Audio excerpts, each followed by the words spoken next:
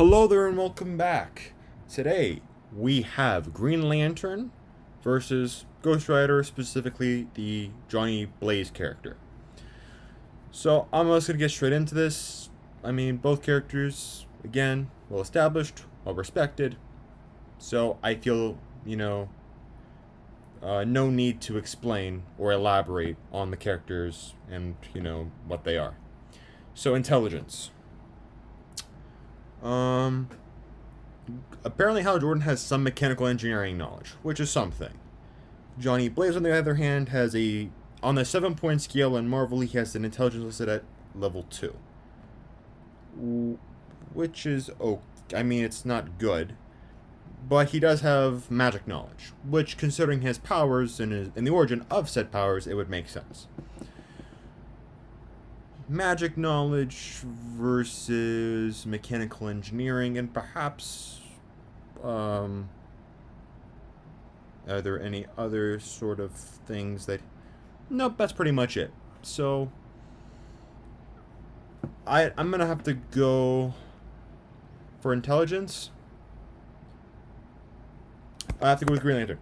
And I'll only give it to Green Lantern because Green Lantern has to protect an entire sector, of the universe. And so, you have to have a decent amount of intelligence to do so successfully. That's the only reason. Tactics.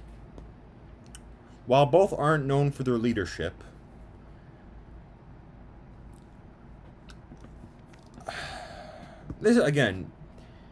these first three categories, or actually at least the first two, are kind of hard to do.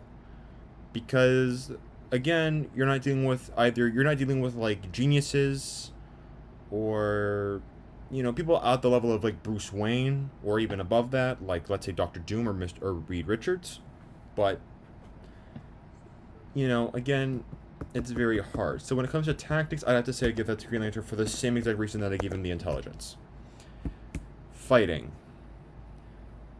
Green Lantern does have hand-to-hand combat, which is listed as advanced, which I'm not going to say he's an expert martial artist, but advanced hand-to-hand combat puts you above a lot of characters. Ghost Rider seems to be a skilled hand-to-hand combatant. He's had no proper training. So, I'll go off that. Strength. Ghost Rider is listed, I think, at class 25. I think Green Lantern... There's two ways of looking at Green Lantern. Or you either look at, how strong is he physically? How much can he lift? But also, how much can his constructs actually, sustain, right? And in both, I think they exceed 25 tons. Or I think they're not Superman. I mean, I guess if Hal Jordan kind of, becomes Pure-Well, which I'm pretty sure he's done in the comics, or I believe is part of what he is now, he's immensely powerful. So I'll give the strength edge to Green Lantern. Speed. Green Lantern, I believe, has flown a plane near the speed of light. Or not near the speed of light. Well, I would say he's almost entered the Speed Force while flying a Green Lantern constructed plane. That, I would say, is far above what Ghost Rider can do with his bike. Durability. Ghost Rider is a supernatural being. I would probably say it takes more to be Ghost Rider than it does Green Lantern. Because realistically, if you can break Green Lantern's hand, you've incapacitated him. And that's not hard to do, especially if you're a superpowered being. So, I'd have to give durability to Ghost Rider. Healing. I have never seen Green Lantern have a healing factor. And it's unlisted as one of his abilities, so I'd give it to Ghost Rider. Invulnerability.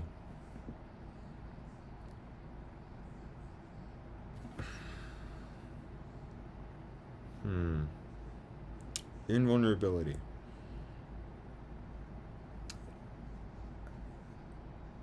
I would say this is fairly difficult because... actually it isn't. I just realized. Green Lantern can produce force fields with his Green Lantern constructs. So, force field. Again, is there anything that Ghost Rider could really throw it that would really nullify that? Probably not. I mean, yeah, he's got magic and stuff, but I'm not sure if that'd really overwhelm. Because typically, what really breaks Green Lantern's constructs is more likely than not brute force, which Ghost Rider I don't think nearly has enough to do in order to break said constructs or force fields. So I'll give him the invulnerability edge. Energy projection.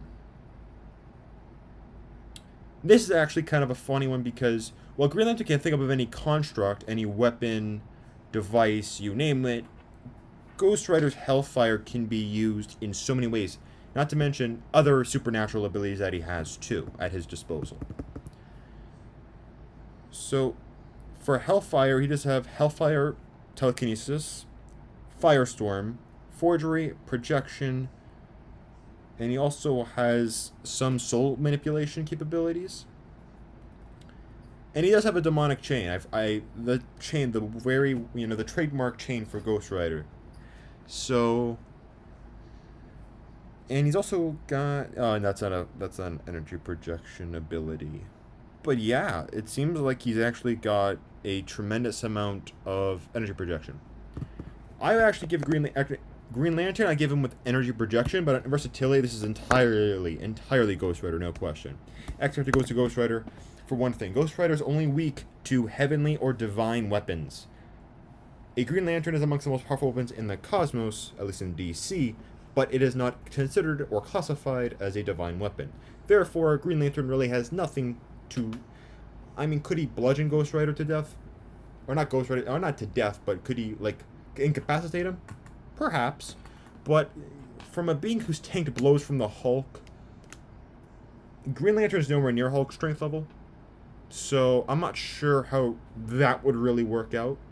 So I'm just going to go with X Factor for Ghost Rider, simply for the fact that Ghost Rider has a more likely chance of neutralizing Green Lantern than Green Lantern neutralizing Ghost Rider, even though he's got all of these advantages. And so that covers this fight. I hope you enjoyed the video. Please, if you'd like, subscribe, like, share. I greatly appreciate it. And I hope you have a good day and stay tuned for the next fights.